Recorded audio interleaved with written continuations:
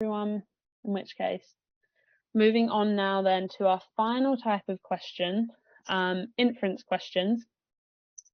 Inference questions are difficult because they aren't actually asking you always to identify just the information, but what you're doing is actually inferring and maybe going one step further in order to generalize or summarize a theme, an opinion, an idea that is mentioned in the paragraph or the passage as a whole. So these can be some of the more difficult questions inside of the test.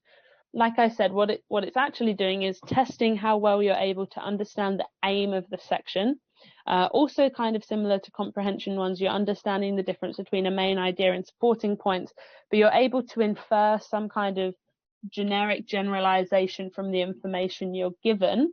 So you are sometimes asked to go a little bit beyond the text with these inference style questions, which is why sometimes candidates can struggle with them a little bit more than others. So you can see in terms of tips, again, we want to be reading through the options that we have before we actually turn to the passage itself, and also practicing this ability of paraphrasing or kind of coming up with key synonyms for certain keywords before matching them up will help get your brain to be identifying the right kinds of hints in the passage itself.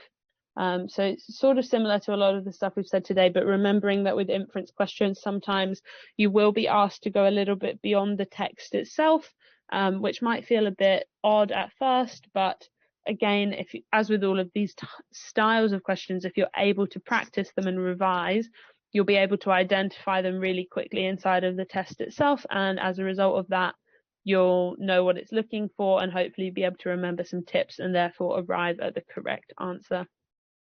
So I've got a question example of the inference style here. This is a very specific inference question. It actually says in the question, what can be inferred from paragraph B? So this is kind of as clear-cut inference kind of question as you'll ever get. Again, coming from the same past paper we've been working through together all day. So we're still looking at flightless birds.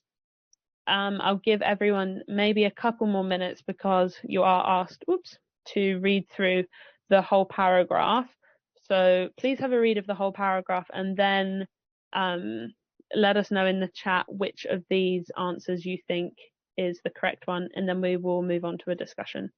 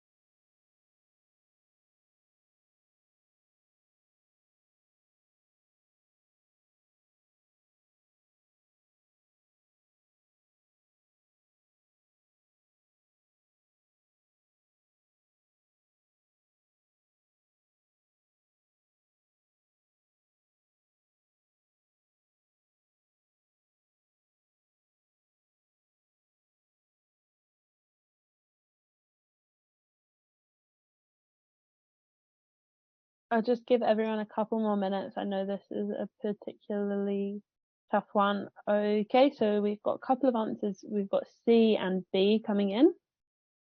So let's have a look at C, saying that ratites evolved physical characteristics and behavior to adapt to rainforest environments. So I'm guessing, Bob, that came from this sentence here. So during the Miocene period, rainforests dried into particularly arid deserts. So we've got the repetition of the keyword rainforests, and before we can see that it's saying that animals developed flightlessness to adapt. But what this is telling us is actually that the rainforests dried up into deserts. So they're not adapting to the rainforest, but what they're actually adapting to is the long distances to find food that was low-lying. So it's telling us that the Miocene period got rid of the rainforests and turned things into deserts. And as a result of that, the flightlessness helped them to travel long distances and find low-lying food. So hopefully that makes sense. So it's not actually C. I can see also that Gabri has selected B. So non-avian dinosaurs were the ancestors of the current ratite species. So guessing that is coming from the first sentence here, that after the mass extinction of non-avian dinosaurs, the loss of flight evolved within the ratite lineage. Yes, I can see why you would select that, but actually what is happening here is a mass extinction. So if something is kind of becomes extinct, the lineage line stops there. That's the last point of the lineage because it's gone extinct after that. So it can't be the case that the dinosaurs that went extinct are then evolving into ratites because they are extinct. So that's kind of wiped that out. So it isn't B either. I can see Bob has just put a really great point of, yes, we need to connect all the dots before typing the answer. Exactly that. And that's why these inference questions are really tough, because they're actually asking you to do a lot more than the other types of questions. Yes, exactly, Gabri. So these types of questions are really difficult in comparison to the other ones because they're testing a far more difficult skill. And often is the case, what you need to do is read through the paragraph as a whole and go through kind of a process of deduction with each of these points, and that will maybe help you to arrive at the correct one just because of the added layer of difficulty here. So we can look at part A, ratites evolved during the Miocene period as they originally lived in rainforests. That is looking at this sentence here, during the Miocene period, rainforest dried up into arid deserts. Actually, what this sentence doesn't do is tell us anything about whether or not ratites lived in rainforests. So we can't select that one. If this were a true, false, not given, this would be a not given. So we can cross out A. We've already discussed why we can't have B or C. But if we look at D, it tells us that ratites evolve physical characteristics and behavior to adapt to new environments, such as desert areas with low-lying vegetation. And here we can see that due to environment and ecological factors, they develop new body types. So that's physical characteristics and behavior, i.e. flightlessness, to adapt. So that's great because we can see the first part of that sentence is true. And then it gives some specifics of the desert areas with low-lying vegetation. And we know that the rainforests turned into deserts, and that then the animals would travel long distances to find low-lying vegetation. So our correct answer here is actually D. And hopefully you can see that when we go through a process of elimination with the others, it's actually really clear to us that it has to be D, because either the information's in B or C we're not able to infer it because it's not given as specifically as we would hope. So it's, if we were doing a true, false, not given, these would be not given or false. So we can cross those out, and through a process of deduction, we can start to arrive at the correct answer for inference style questions. Like I say, these ones are really difficult, probably the most difficult questions in the paper. And as a result of that, often you can find yourself spending a little bit more time on them, which is fine, because often, as kind of Bob and Gabri have identified, you do need to connect all the dots first, and that takes more time than, for instance, vocabulary types of questions where you are just reading the sentence and picking the best synonym. So that isn't always to say that you shouldn't spend too much time on these questions, because they're, you should still have a go at them. But if you go through that process of deduction and you still aren't sure, and you realize that you've taken up quite a few minutes, remember that the timing of this test is really important, and actually being able to know when to move on is a really big skill, because what you don't want to do is end up taking between 5 to 10 minutes on a question like this and then not being able to have time to answer the questions you definitely could have got later in the paper. So in order to help with that, what I would say is if an answer doesn't strike you immediately, put a star next to the question and move on, and know that you can come back to it and then revisit it when you've either kind of certain you've got a bit of extra time, or go through a process of deduction and have your best guess. But your best guess must come as a result of the process that we've already discussed. So reading the options, thinking of synonyms, also going through that process of deduction in order to arrive at what the most likely answer is. So there are ways to approach these questions and make them a little bit easier, but they are still very difficult and can take a lot of time. It's a nice brain what? Yeah, exactly, Bob. That's a great way to view it. It's a really nice mental exercise. Like you say, these kinds of questions people often don't do very often in day-to-day life, and it can be a really awesome way to test your English, especially when you're not a native speaker. And the more you practice these kinds of questions, the better you get at them, the better you get at identifying the themes, the synonyms, which of them might be little loopholes or tricks that they might have set up. So definitely the more you practice, the better.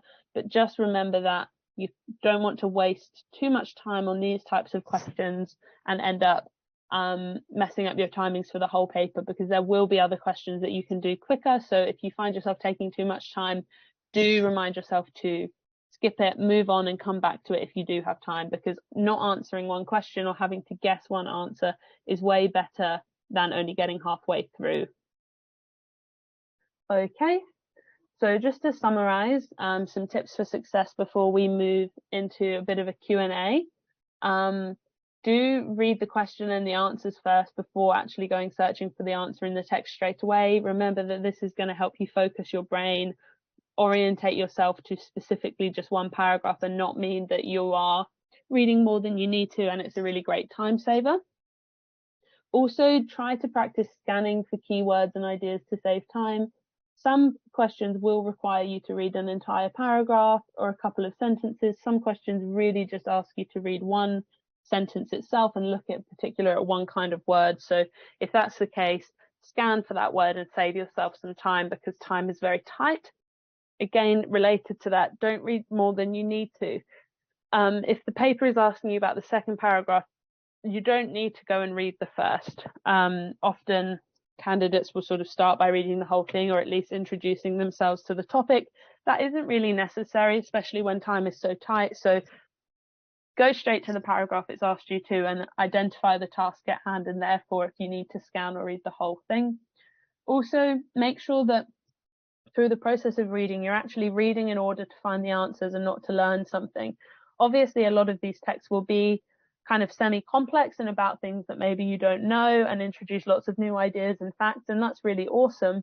But you're not there to learn something, you're there to do a test. So try not to get too bogged down in learning something or kind of immersing yourself in the text. You're really there just to hunt for the answers. When those answers aren't kind of obvious or you're really struck, do go through this process of elimination. If that doesn't work, have your best guess or move on, because time is tight and you will need to save as much time as you can. And yeah, again, just time management is really key. Make sure that you're monitoring the clock as you go through in order to mean that you're able to answer all of the questions and have your best go. You really don't want to waste any kind of easy marks on the reading So do just have a kind of quick glance at the clock every now and then and make sure you are checking for key time jumps. So every 10 minutes, you probably want to have a check at how far through have you of the questions.